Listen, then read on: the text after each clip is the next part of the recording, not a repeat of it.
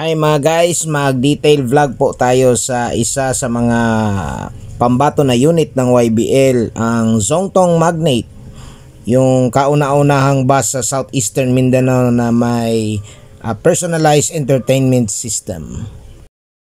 Okay guys, magandang hapon sa inyong lahat dyan. So sa mga viewers natin So panibagong review naman po tayo At this time, it's a Zongtong Magnate unit. So, yun nga lang, ang i-review natin ngayon is isang unit na under minor repair lang, waiting for parts. So, ito po yung isa sa mga unang batch ng Zongtong Magnate, owned by Yellow Bus Line Incorporated. So, nakikita nyo sa background is yung upuan niya. Yung iconic na fine sa seat with yung parang backrest niya or headrest for that matter. So ito siya guys, ang ating harap sa Zongtong Magnate. So yung naalala nyo, ang regular driver nito si Mr. Abelio na. Shout out sa kanya So sa ngayon nag-rest day, I think nag-rest day yata siya or umextra yata mag-drive ng ibang unit. Gawa ng ito, under repair pa. So ito yung ating napakalaking TV. Bus TV yan mga guys. Tapos kung mapapansin nyo, merong smart na modem yata yan. I think para ito sa GPS. Oo. And then, mostly on Zongtong Magnate guys, merong ganito, display yan.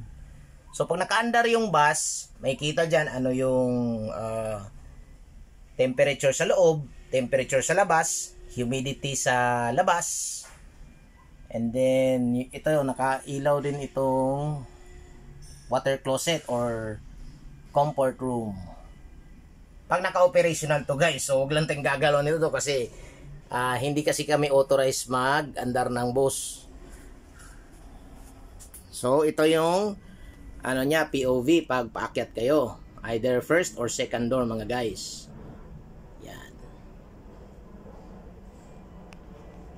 So this is if correct, 2017 model to Oo, na Zongtong Magnate.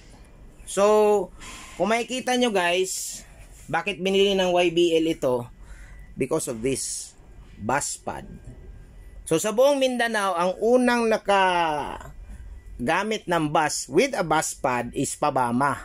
Silang nauna talagang nag-acquire ng Zongtong bus na Magnate na may bus pad.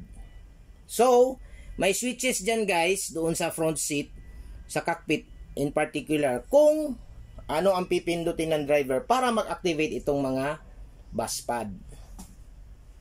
So, yan guys, kung makikita ninyo, may selection dyan. May mga games, music, meron ding, anong tawag nito, yung movies. Basta meron lang kayong pangsaksak sa headset. Pwede naman headset dyan. Kung ayaw nyo ng palabas doon sa main TV, meron din dito. Naka-stored po yan mga guys. So, request ko rin sa mga pasahero, pakiingatan lang po yung ating bus pad. Kasi, bukod sa, although yes, nakikisakay tayo, we pay the fare, but kailangan kasi pag-ingatan natin yung gamit kasi hindi naman sa atin yun pagdating natin sa destination, meron namang ibang gagamit So yun, counting 6 years, it's still functional. So, sabi nga ng mga ibang Sinophobics, made in China yan, daling masira yan. Hindi, depende yan sa mini-maintain na style ng kumpanya. At ito rin yung comfort room or WC, water closet. Buksan natin. Ayan. O diba? Ito guys ang isa sa mga asset ng YBL, ang CR. Kahit man multi-stop or non-stop, basta may CR, 100% nagfa-function po yan. At ililinis. Kita nyo kung magkano ang pinoprovide ng YBL for the cleaning materials. Name it sabon, chlorine, Mr. Muscle, basta toilet cleaner, ganon. Ito naman yung dulo niya. Although, I think in-adjust muna yan kasi may kinalikot sa likod. So, wag na lang muna yon. So, ito guys, si Mr. Abellona, palagi siya nagmamaneho from Davao to Jensan and Marbel, no? Either on a non-stop trip or a multiple stop trip. At ito naman yung harap. Cockpit, actually. Yan. Ito yung ano natin, yung electronic signboard.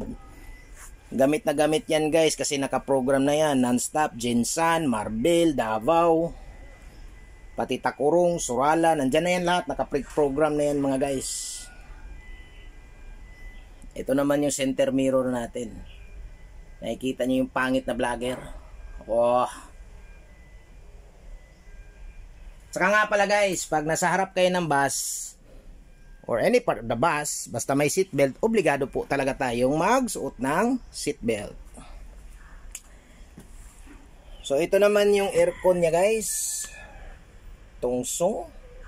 Pa-function po yan. Yan yung adjuster ng temperature niya. Ito naman yung ating parking brake. Saka syempre, ito naman yung mga switches natin. At yung ating mga panel gauge. So I think hindi na ako mag-ano kasi marami na naman kayong mga ngantsaw eh. So ang pinakapalo yata siguro nito maximum 140, pero they never tried it pa kasi nga under speed limit kasi tayo sa LTFRB. So monitored ang galaw ng mga bus na to via GPS mga guys. And then ito, magtataka kayo sa China made buses, bakit may ganito? Actually ito yung trip recorder. So makikita nyo nakalock yan siya. So pag ganyan,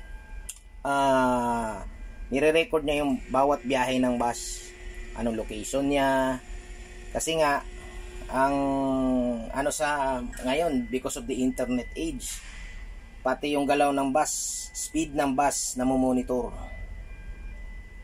Pero I think that is only used in China, pero meron ding iba sa LTFRB na yung the way they record the GPS, pero third party na po yun mga guys. Tapos syempre mga switches pang activate ng ating TV. Dalawang TV na pala natin guys. Tapos ibang switches sa ilaw, sa stribo. I think itong dalawang to sa pinto ito. Itong dalawa. And then we have the TFT color monitor. So yung mga CCTV natin, which is that as a sample. And then ito recorded yan at saka viewed yan on time, on real time. Nakikita dito yung galawan. And then ito nga pala yung kanilang stereo player. May graphic equalizer pa yata Saka ito naman guys, kung makikita nyo itong buksanan na ito, ito yung natin tinatawag na fuse box. So dyan nilalagay yung mga fuse natin.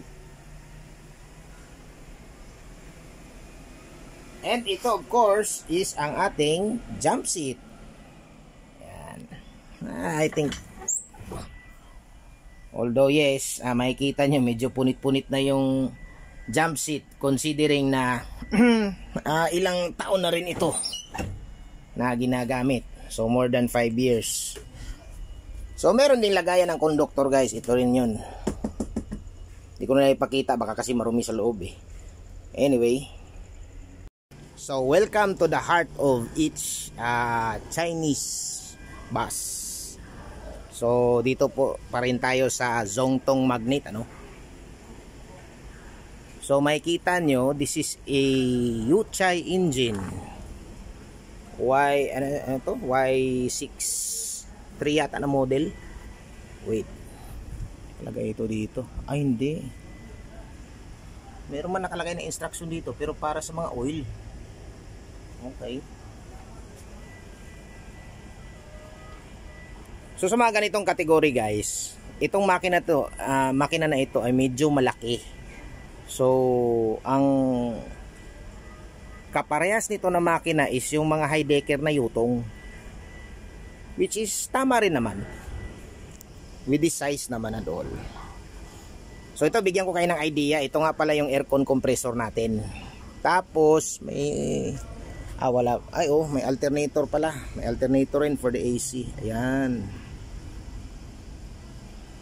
daming puliya. May alternator for the engine. Tapos main pulley. Tapos yung pulley na to para sa ating radiator fan. Ito na familiar ko lang to bago lang water pump pala to. Yan yung nagpa-pump ng tubig galing dyan sa radiator para lumamig yung ating makina while running. Ayan guys, ayan yung connection nyo. I think hindi lang yata to sa radiator, for the engine talaga to, dire-diretso. Tapos ito yung hinahanap ng mga tao, ang turbocharger. Yan. Ang ano yata nito, Holset. Yan yata ang pangalan, Holset turbocharger.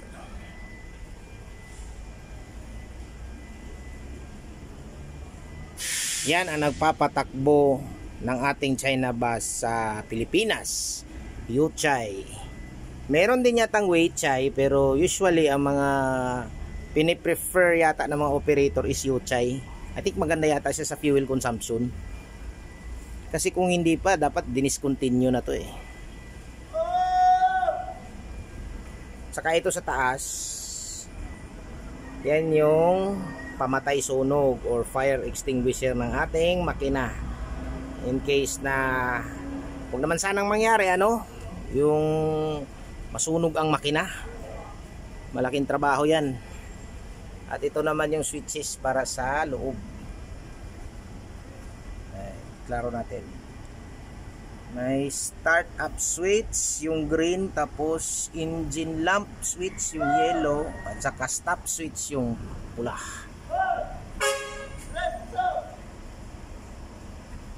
Luko-luko rin itong mga sama ko And ito yung lagayan ng ating tubig guys. Ayan. Kala mo maliit lang pero malaki-laki rin ang capacity niyan. So I think yun lang muna guys. Ito nga pala yung niya. Yung brand niya. LCK 6128H or Magnate by Zongtong Bus. Oy, shout out nga pala kay yung distributor natin, si Sir Jojo Hantay.